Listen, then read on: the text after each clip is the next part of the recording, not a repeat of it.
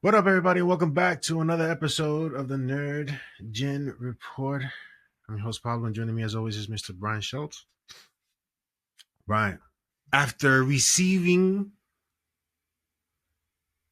a musically terrible choice of a first trailer of Andor, now we got our second, right? It was dope.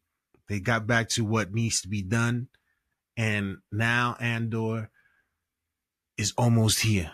If you've been watching our shows, you know we give it high praise.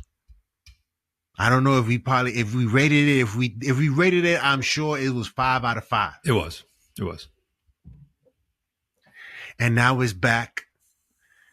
And when is that coming out? April 22nd. And this is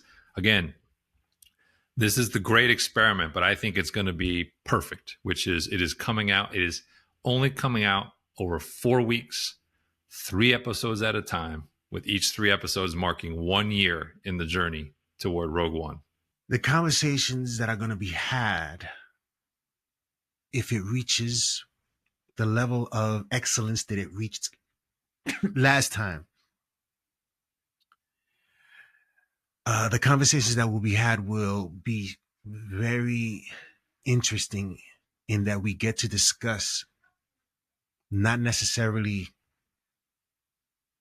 an episode, but a timeline of what transpires that leads to Rogue One, which is in many corners of the universe a classic.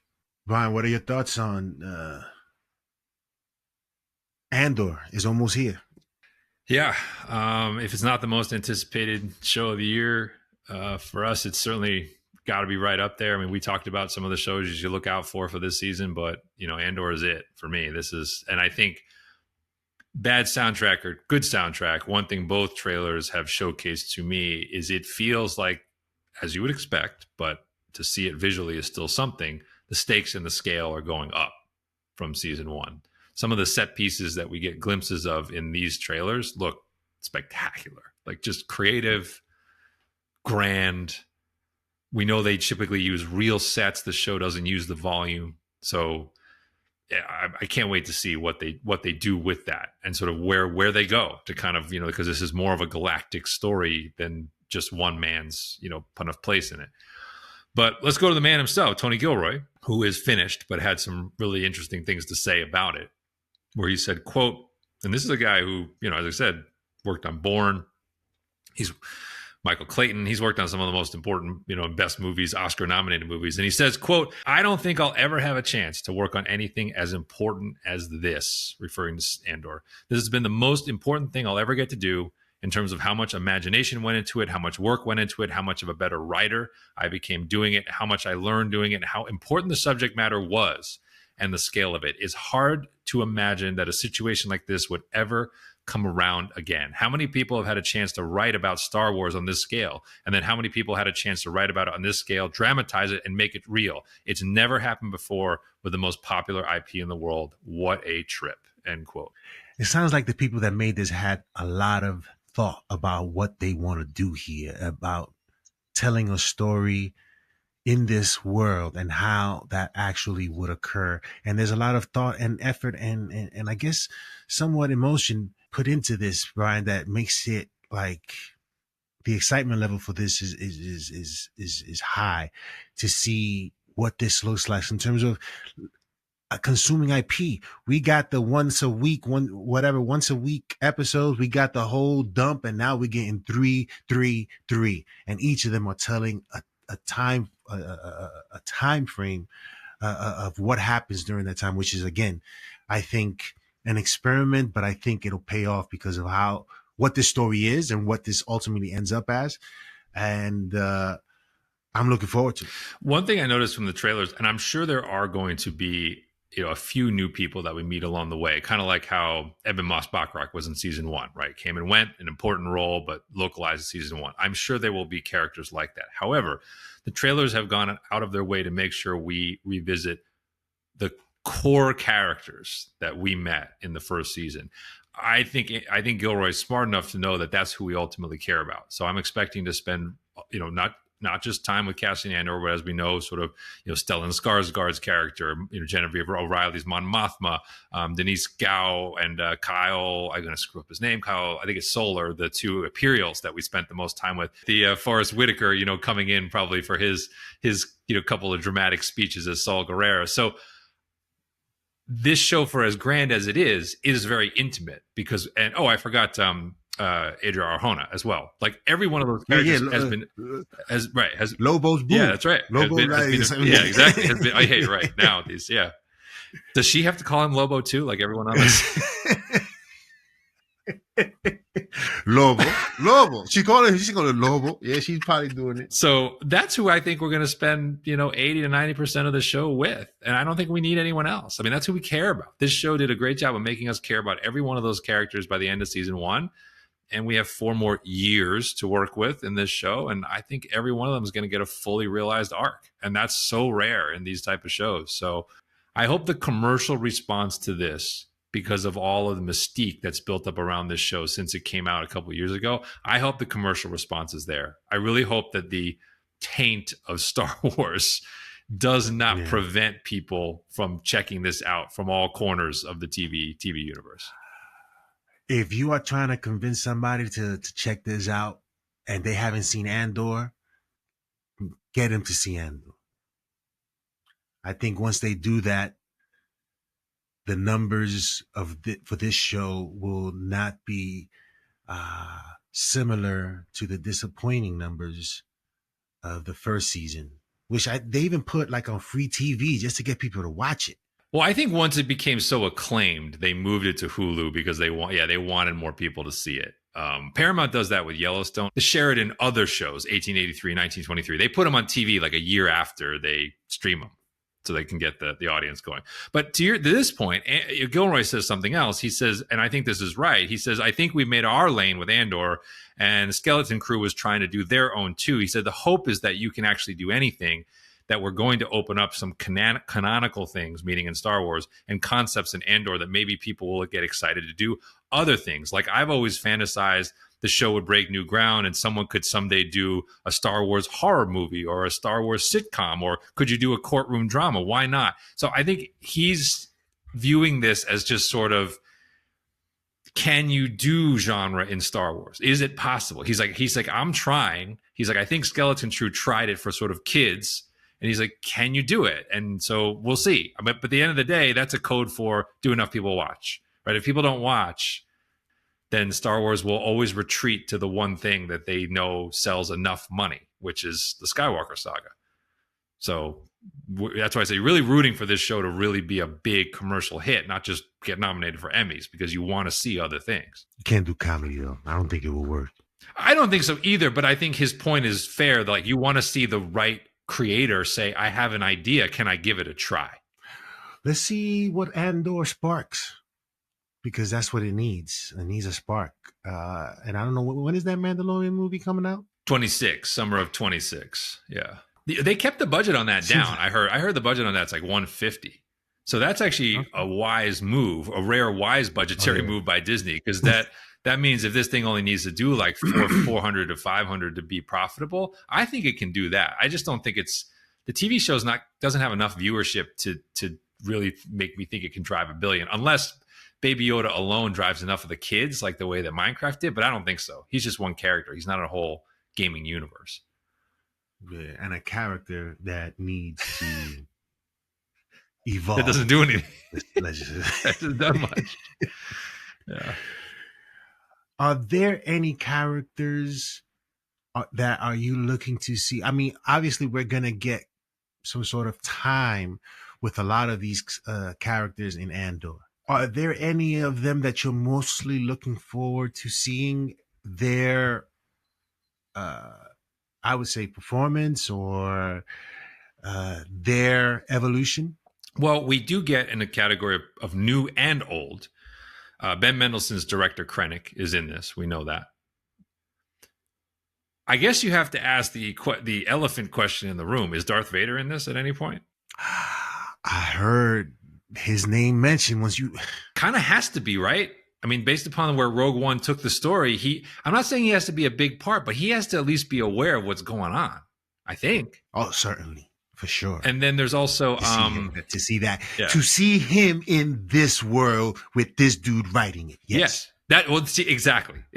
That's what you want, because you know that Gilroy did kind of write him briefly in Rogue One and is responsible for that action scene at the end of Rogue One. That's a Gilroy creation. I mean, Edwards directed the movie, but by all accounts, Gilroy finished it and he wrote it. So Darth Vader's single greatest action sequence in Star Wars is in his movie. But he doesn't have that many lines. He has a few lines, but not that many. So we'll see what he does. We'll see what he does with that. The other one I would say is Galen Erso. Is Mads Mikkelsen in this at any point? Because the Death Star creation is underway. We're not going to see Felicity Jones. There's no point to introduce Jyn Erso at this point. But Galen's role in building the Death Star and building in the flaw in the Death Star, is it possible we see any of that in this show? They didn't show Mads in the trailer, but he would actually make some sense somewhere in one of these vignettes. What drives him to build the flaw in, right? We know he did it. He talks about having a conscience, but we don't see the origin of how he takes on the assignment and then ultimately creates the flaw. That might be interesting. Yes. Because of the connection that his daughter has with Saul Guerrero. I would suspect that we perhaps see it in year 2 or at least in year 3, maybe. Because there's a shot in the trailer of the Death Star like half built, which means it's the conception of it and the initial, like, it must be getting constructed over the course of this show, right? It's 4 years. I'm floating that out there as one that I think we could see, is what drives Mikkelsen morally to decide he has to do this. And it'll be dope if the person talking to him is either Skarsgård. Bill. Is it Bill or what's his name? Stellan. This is Stellan Skarsgård. Yeah, because he had some pretty epic lines in his first season. So, his monologue on the bridge or whatever, that's it. Yeah, that is a conversation that will be interesting to see. I'm looking forward to this. Like, I cannot. I'm fired up for Mon Mothma too. I've always been fascinated by this character, just as a rebellion of all these worlds and all these species, to become the effective president of that and have people look at you in that way. I do want to see what gets her to that point. I want to walk out of this show feeling like, I feel like if I was from any species in any world, I would buy her freedom message. Because right now, I would buy Stellan Skarsgård's freedom message, which is, it's a little more dirty, right? Quite honestly. Yeah. It's a do what's necessary type of message. But he's kind of the engine. But we know that she becomes sort of the overseer. So just curious. That's one I'm probably curious about. And Gilroy has teased, I think he described her arc in the season 2 as, quote, hellacious. So we'll see what that means. Let us know in the comment section below what you guys think of are you excited for Andor?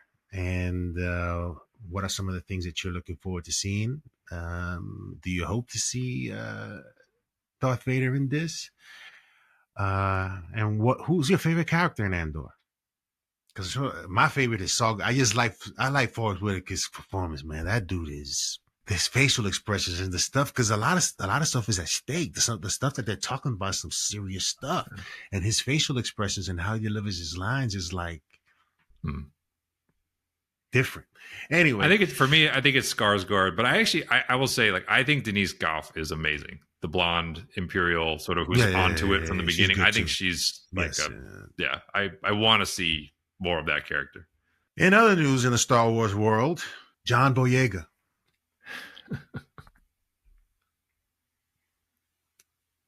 And this is something not new. This had been reported a few years ago. And it's just coming out again. I guess there's a little bit more freedom, or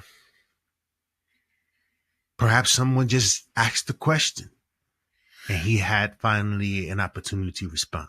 Well, context is important. So these comments are made as part of an Apple documentary called Number One on the Call Sheet, Black Leading Men in Hollywood. So it's very important to know that he was asked and answered this in the context of, he was asked very specifically about this question. And he's obviously been somewhat vocal about this in the past. I'm guessing that in the Simon Kinberg Skywalker trilogy, Finn will not be invited back. just a guess. But his quote in this documentary says, "Let me tell you, Star Wars always had the vibe of being the most white elite space. It's a franchise that's so white that a black person existing in it was something. You can always tell it's something when some Star Wars fans try to say, well, we had Lando Calrissian, we had Samuel L. Jackson. That's like telling me how many cookie chips are in the cookie dough." It's like they're just scattered in there, bro. They're okay with us playing the best friend, but once we touch their heroes, once we lead, once we trailblaze, it's like, oh my God, it's just a bit too much. They're pandering, end quote. Mincing no words in his assessment of the acceptance and inclusion of Star Wars. I can certainly relate to that experience. And I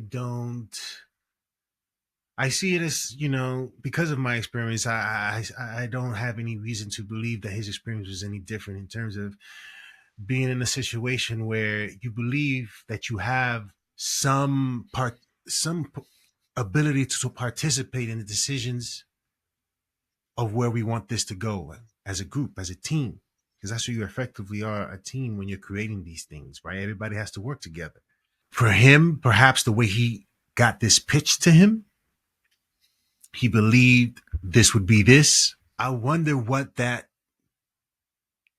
moment was when he realized that this wasn't it, and he had to act and be a professional and do his job and go home. Similar to how Ben Affleck perhaps may have felt when doing Batman in Zack Snyder's world, wanting to see somewhat of a role where his character can contribute, and it never felt like it did. There was certainly, at its initial start, some possibility of that. After that, it was just like a waste, I think, of his character and where it went and where it pointed towards, but really never got any real consideration in terms of how these movies ended, that it would be more than that. And it was just a waste of time. But his other feelings towards the racial aspect of it, I can understand. I think there's a difference between the original trilogy and what happened to him in the most recent trilogy. The reason I say that is just, it's not to exonerate Star Wars as an IP, but the original movie gets shot and comes out in 1975, 1977. I guess what I would say is, look around Hollywood at that time. How many black people are in Jaws? How many black people are in Close Encounters of the Third Kind, right? Like, yo, I was watching Grease the other day and I spotted two black people. I had never seen black people in Grease, and I was looking, and it was in the prom. My point is, where would you more typically find them? Would be like in Shaft, right? It would be like in blaxploitation era films.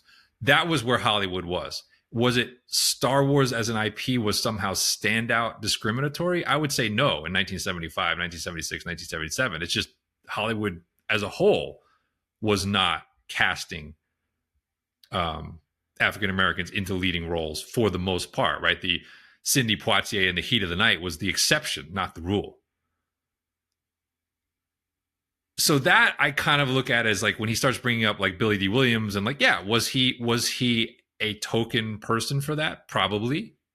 But that was kind of a norm for Hollywood back then. Would be sort of be, not that makes it right. It's just kind of, that's just what it was. When those characters came along, when the Clubber Langs came along, those were unicorns. Like, you didn't see a lot of that. We talked about Carl Weathers, right? Being like, he's underrated as a trailblazer because he's ahead of his time in what he's able to do. You don't see a lot of that. I'm actually I don't know the name of the actor, and I should. the third lead in Enter the Dragon. That was actually an unusual choice that they had. Kind of Bruce Lee, John Saxon was, and then the legendary Bruce Leroy. That was actually kind of against type at that time. So that's very different to me than what happened to John Boyega in the most recent trilogy. He has a case, I think, for that, because it is clear whatever his character was originally intended and written to be coming into Force Awakens was gutted, stripped, and sidelined by the end of that trilogy. You could certainly sell me on the idea that part of the reason was that there was fan backlash with some racial motivation toward the idea of a black stormtrooper doesn't belong in Star Wars, and I don't care and want to see that character carried through. If you're going to say that's a 0% chance that that's what occurred and why it occurred, can't agree with you. Like, it's too conspicuous what happened to his character over those 3 movies. He goes from having a real arc in the first one to being nowhere by the third one. He's just on the call sheet. They're like, oh, we got to throw Finn in here. We got to throw Finn in there. Nothing he does is really of consequence by the end of that trilogy, even though they tease at points that he might be Force sensitive. They tease at like all these things they never explore. And I cannot begrudge him being bitter about that, because in a franchise that large, this is not like, hey, we signed you and then didn't really use you. It's like, no, we signed you. We put you in the movie. You had a big part. You were up there when we left the first film, and you just got steamrolled by the end of the trilogy. Yeah. And he's not alone, right? Like Kelly Marie Tran, we talked about, she's been very vocal about the hate she got for that part in Rose, which was ridiculous. Like, so yes, there is a pattern of that here. I mean, when you're in that sort of situation, man, because here's the thing, you're being hired to do a job, and that job description might change while you're doing it. You're not in the room to really have a say. Or he perhaps had some, not necessarily say, but some input, and they decided to go another way. I don't know how that all transpired, but I would really be interested in top 5 questions. No, I mean, when did you notice? Yeah, this is also you have to get into the why of it, right? Because the idea of a character being written, edited, and changed in Hollywood happens all the time. I mean, there's legendary stories about it. I think it's the Thin Red Line, because Terrence Malick's this like notoriously kind of oddball director, and I think it's Adrian Brody actually. Mm-hmm. You can go Google this. So Adrian Brody, whoever this actor is, says that when he signed to do the Thin Red Line, he was cast as the lead, the number 1 on the call sheet guy, and he does not appear in the actual movie. He shot an entire shoot, and Malick took his entire part out of the movie, despite him being number 1 on the call sheet. So this does happen. The question is, why did it happen? And that's what Boyega is pointing to, right? I don't think is he miffed that the part was pared down? Yes. Don't get twisted what he's trying to say. He's saying the reason my part was marginalized was because I was a black man and I was one of the leads, too high on the call sheet for the Star Wars universe to handle. That is the message he's conveying. And by the way, I just checked. There are rumors that there's rumors they have reached out to him to be in that Daisy Ridley New Jedi Order movie that we're not sure is going to happen. His official quote is, "I'm open to Star Wars opportunities, but have significant reservations." I like John Boyega. He speaks his mind.